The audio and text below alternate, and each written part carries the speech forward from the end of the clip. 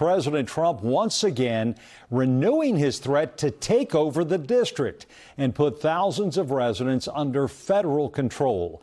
Thanks for staying up with us, everybody. For News 4 at 11, I'm Jim Hadley. Tonight's threat from the White House stems from a high-profile attack on a former DOGE staffer. And late tonight, we can confirm the victim of this alleged crime is the Elon Musk protege and one of the original DOGE staffers, Edward Korestein. President Trump posted this photo to his social media network today following the alleged attack. News 4 and NBC News are still working to verify when and where the photo was taken. We do know police confirmed 2 teenagers tried to carjack Korestein near D.C.'s busy 14th Street around 3 a.m. on Sunday. In a lengthy social media post today, President Trump wrote, "Crime in Washington, D.C. is totally out of control. Local youths and gang members, some only 14, 15, and 16 years old, are randomly attacking, mugging, maiming, and shooting innocent citizens at the same time knowing that they will almost immediately be released." End quote. News 4's Walter Morris has our story tonight.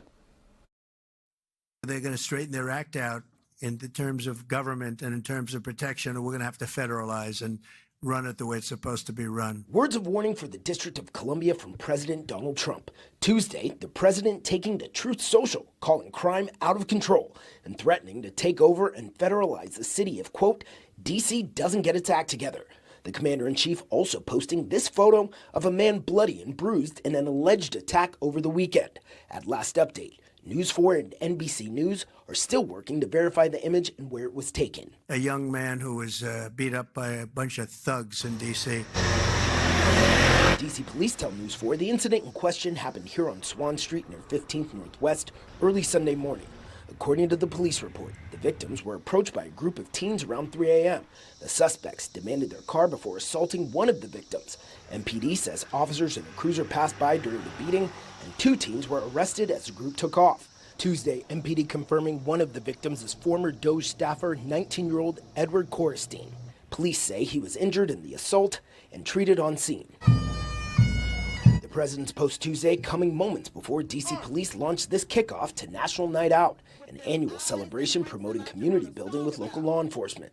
President Trump's newly confirmed U.S. Attorney for D.C. and former Fox News host Jeanine Pirro making a brief appearance at the event and saying this to the crowd. Let me say this.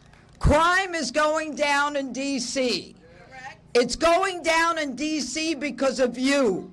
Because you, who as parents teach your kids respect, because of law enforcement. After those remarks, a rep for her office sharing a statement with News 4 clarifying her comments, saying, "The two are totally different. Tonight was about celebrating successes when community and law enforcement work together. Crime is not down enough. Ask any crime victim.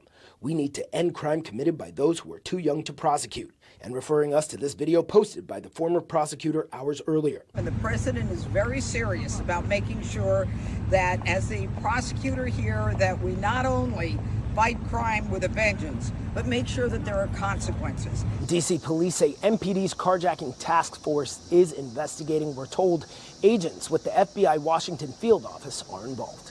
In the district, Walter Morris, News 4. Today, the FBI released new data on violent crime across the U.S. Their statistics show that violent crime decreased by 4.5% in the U.S. last year. Murder and non-negligent manslaughter down by nearly 15%. Robbery decreased by 8.9%. Rape is down just over 5%. And aggravated assault dipped by 3%.